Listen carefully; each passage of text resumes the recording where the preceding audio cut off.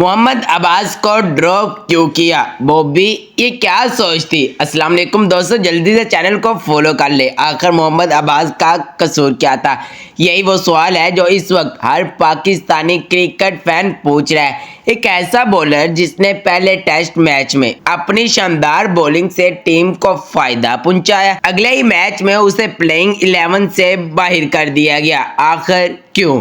دوسری طرف West Indies کو دیکھیں، انہوں نے اپنی کامیاب ٹیم پر اعتماد کیا اور تقریباً وہی کمبینیشن میدان میں اتارا، لیکن پاکستان ایک بار پھر بڑے بڑے تجربات شروع کر دیے۔ سوال یہ ہے کہ کیا یہ واقعی صحیح وقت تھا اتنی تبدیلیاں کرنے کا؟ سب سے حیران کن بات یہ ہے کہ پچ پر فاسٹ بولرز کو مدد مل رہی تھی، گیند سوئنگ ہو رہی تھی اور بیٹرز کے بیٹ کا کنارہ بھی لگ رہا تھا۔ ایسے حالات میں محمد عباس جیسے تجربہ کار بولر کی سب سے زیادہ ضرورت تھی، لیکن وہ میدان میں نظر ہی نہیں آئے۔ محمد عباس صرف رفتار سے نہیں بلکہ اپنی لائن لینتھ اور مسلسل دباؤ ڈالنے کی صلاحیت سے بیٹرز کو غلطی کرنے پر مجبور کرتے ہیں۔ یہی ان کی سب سے بڑی طاقت ہے۔ اسی لیے جب انہیں ڈراپ کیا گیا تو سوشل میڈیا پر بھی شائقین نے اس فیصلے پر سوال اٹھانے شروع کر دیے۔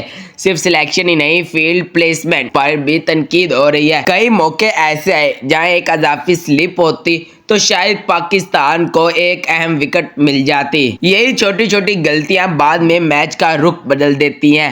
اب سوال یہ ہے کہ کیا یہ فیصلہ صرف ایک حکمت عملی تھی یا پھر ٹیم مینجمنٹ سے واقعی بڑی غلطی ہو گئی ہے؟ کیونکہ اگر پاکستان کو اس میچ میں مشکلات کا سامنا کرنا پڑا تو محمد عباس کو ڈراپ کرنے کا فیصلہ ضرور زیر بحث آئے گا۔ کیا محمد عباس کو ٹیم میں ہونا چاہیے تھا یا آپ سمجھتے ہیں کہ ٹیم مینجمنٹ نے درست فیصلہ کیا؟ آپ کی کیا رائے ہے؟ کمنٹ سیکشن میں ضرور بتائیے گا۔